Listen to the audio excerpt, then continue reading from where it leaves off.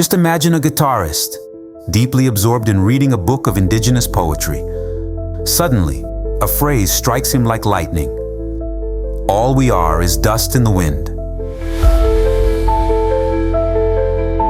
This simple verse made Kansas guitarist Kerry Livgren reflect deeply on the value of material things and the true meaning of success. At that time, the band Kansas was at its peak, making a lot of money and gaining recognition. However, Kerry realized that, in the end, we all die and return to dust, regardless of our possessions or achievements.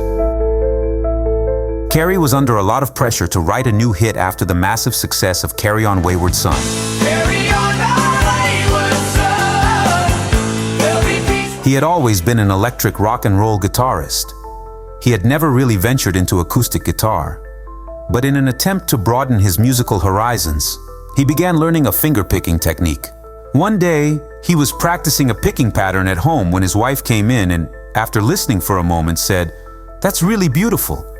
You should put lyrics to that." Kerry replied, "No, honey, I'm just learning to finger pick." But she insisted, No, that's really good. Don't forget that." Kerry's wife kept insisting on the beauty of that melody until he decided to turn it into a song. Near the end of the rehearsals for the album Point of No Return, the band asked if he had any more songs.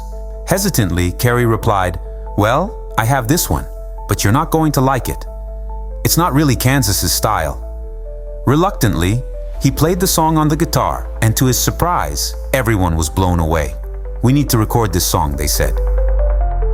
Kerry was stunned and even resisted the idea, believing that the song didn't represent the band's essence. But he was outvoted. Although Kerry never considered this song as special as his grander compositions like The Wall, It rises now before me, a dark and silent barrier.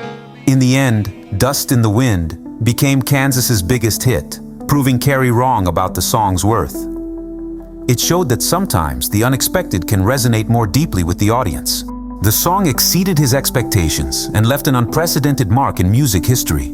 This slow acoustic ballad was a big change for the band, which had been known for energetic singles like Carry On Wayward Son and Point of No Return.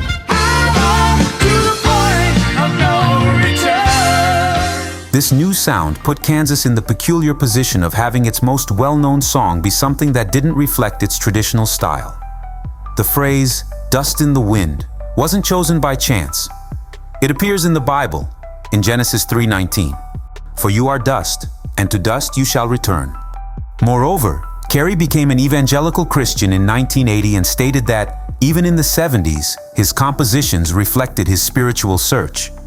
Dust in the Wind speaks of the fleeting nature of life, something he saw as part of the grand divine plan. Dust in the wind, all we are is dust in the wind. After Carry On Wayward Son and Dust in the Wind, the band continued playing in large arenas until the end of the 70s. In the years that followed, other songs like Play the Game Tonight and All I Wanted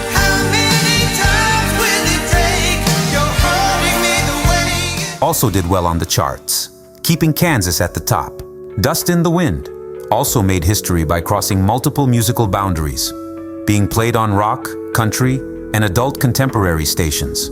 It became a cultural milestone, appearing in movies like Old School and in TV shows like Highlander, Freaks and Geeks, Desperate Housewives, Family Guy, and Lucifer. Even in the film Bill and Ted, Ted, played by Keanu Reeves, philosophizes with Socrates saying, "All we are is dust in the wind."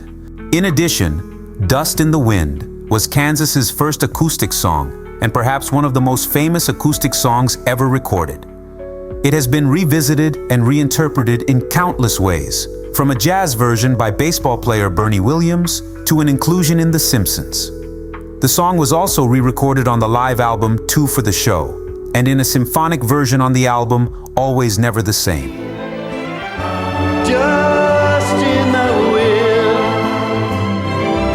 In the end, Dust in the Wind became a poetic and melancholic reflection on mortality and the inevitability of death, echoing the essence of the phrase that inspired its creation. Through its simplicity and depth, the song continues to resonate with people of all generations, solidifying its place in music history and popular culture. Yeah,